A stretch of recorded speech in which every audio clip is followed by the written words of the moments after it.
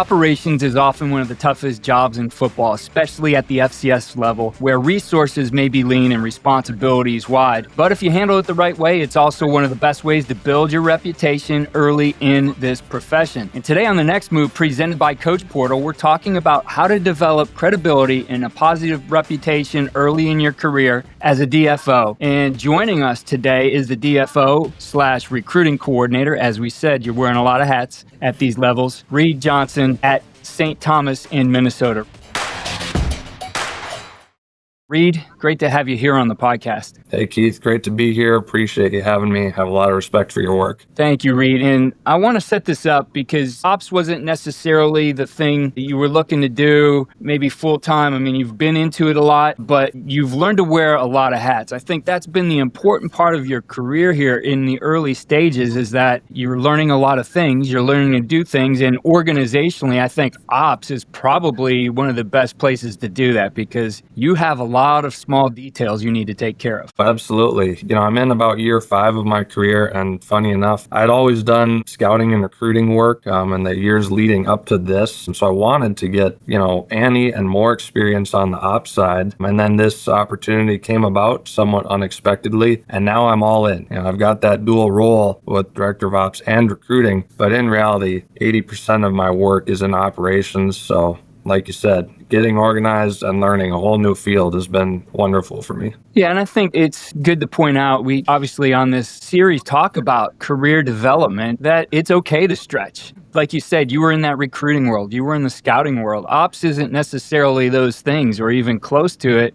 but I think the way for anybody to grow in this career is to be able to stretch yourself and say, okay, I'm going to learn something new, whether that's something more on the management side of things with what you do, or even, moving positions and moving sides of the ball. For sure, yeah. I've always been someone who's enjoyed variety, and prided myself on being pretty versatile. So even, in those roles leading up to this, where I was more focused on scouting or recruiting or whatever else, there was a lot of crossing department lines. For example, even at a couple of the Power 4 schools I was with, like Minnesota and Syracuse, they carried a really small staff, a really small, even like student staff, right? So I was able to lend a hand in a number of areas, and I think that that's how you learn way more than if you're segmented to you are only doing this task all the time. Definitely, and I think, you have a lot of opportunity now because you have these multiple things on your resume and in your experiences. And that's what I want to dig into today. What are the ways that in this kind of role, in the roles you've been in, you start to build that reputation and that credibility, especially early on in your career, that's going to help you down the line? Yeah, well, for starters, I just, again, have to say, coming to St. Thomas, super grateful to be here.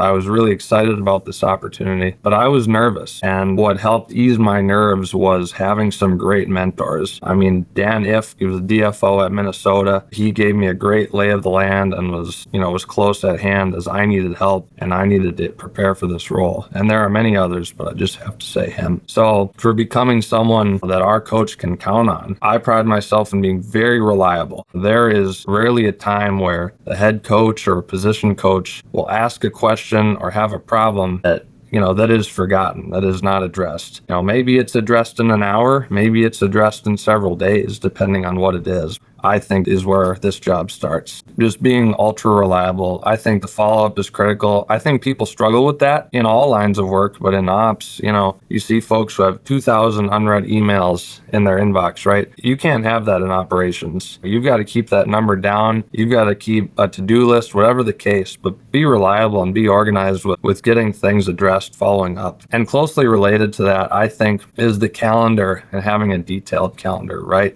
My calendar is 9 months or a year ahead of schedule sometimes because, if you're booking a hotel in a really rural place, for example, well, those hotels are going to fill up fast. There might only be a couple available, and you don't want to be the guy who's late to the party and now your team doesn't have a place to stay, or the place to stay is, 2 hours from the stadium, right?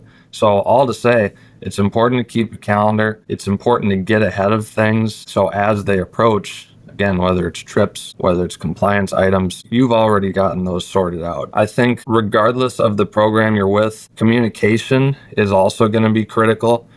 I found that different head coaches and different people prefer to communicate in different ways. Some folks are all in person, some are over text, some are over email. But figuring out what works for your head coach and then consistently following through on that is going to be really important. 90% of the hiccups that happen, I think, in the ops world and the recruiting world are because someone didn't communicate, right? Someone didn't understand a compliance rule. Someone didn't understand what the recruiting vision was. So you'd rather over communicate than under communicate. Again, so finding that channel of what works for this person and then doing that, even if it seems like overkill, you'd rather over communicate. So then, it's a people business, right? You're working with people, you're working with players. So another critical thing is building relationships. Certainly within the program, with the head coach, with the position coaches, and with the players, I pride myself on being available to the players. I think that they feel comfortable reaching out to me if there's a problem, right? Sometimes the players are embarrassed to reach out to their position coach or the head coach. So, whether it's me having small, light conversations with the players or outright telling them, hey, you can reach out to me if there's a problem. I think that they feel comfortable, and I think that that builds a good reputation for any DFO, being the guy that people can go to. And one last note on the relationships piece that's not to be understated. Relationships outside of the program, right? You're on a college campus. You're relying on folks in the compliance department, in housing, over in catering. There's probably 8 to 10 different departments that I'm regularly working with. So I'll spend a little time every week walking around campus physically, just saying hi to people, asking about their family. If someone does us a favor, bring them some merch, bring them a whole box of donuts, whatever it is.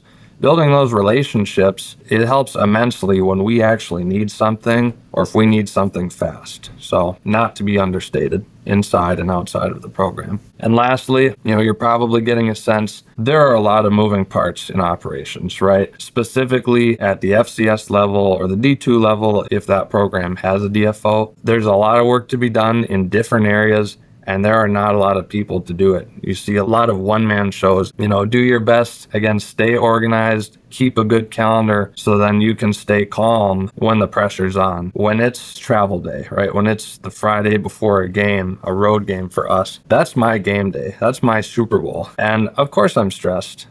People can tell I'm a little bit wired up, but I've done the legwork ahead of time. I've got an enormous checklist. I've got a travel binder that's going to walk me through every single part of the trip, right, from start to finish. So yeah, I'm on edge, but I'm not panicking because I've done everything ahead of time. I'm very organized. And even if things go wrong, there's a plan B. There's a person I can call. There's another option if things go south. So just doing your best to stay calm and stay organized. Reid, you've done a good job, obviously, in the places you've been. It continues to lead to other opportunities. And, I want to just close up maybe with some insight and advice. So for those guys new in this kind of a job, young operations staff, what are some of the things maybe that they overlook that really matter to a head coach? Good question, Keith. And I'd kind of tweak it and say, you've got to figure out what's important to the head coach. What's important to you on day one when you walk in the door, the head coach might care less about that, right? Even if you think he should. So I think it's important to figure out what your head coach, what's important to him and to the athletic director. And then it's important to, again, execute on that. If he's saying he wants you to be,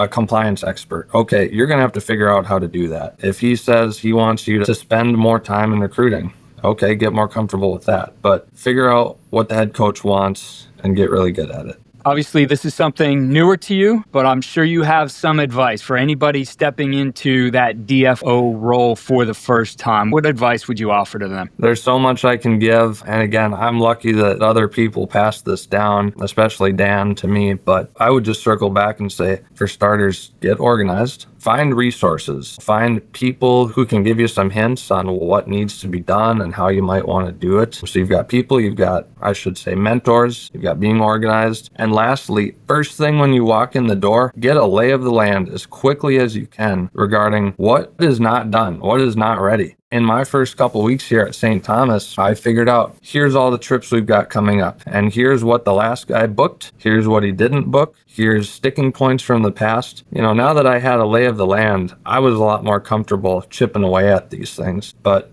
if you walk into the door and you don't pause to kind of figure out where things are at, I think it's just going to be stressful going forward. Reid, thank you again for taking the time. I really appreciate the insight you gave us, not only on approaching a DFO role, but I think just approaching this profession. Some great insight to guys who are in the DFO role to even coaches on the field. So thank you for that. Well, my pleasure, Keith. The best DFOs build their reputation early by being reliable, organized, and steady when it matters the most. If you want your work to stand out and your reputation to travel with you, make sure your resume and profile are visible. Sign up today at coach-portal.com for your free 6-month trial and get in front of hiring staffs. Go to coach-portal.com, enter the code CC Podcast, and make your next move.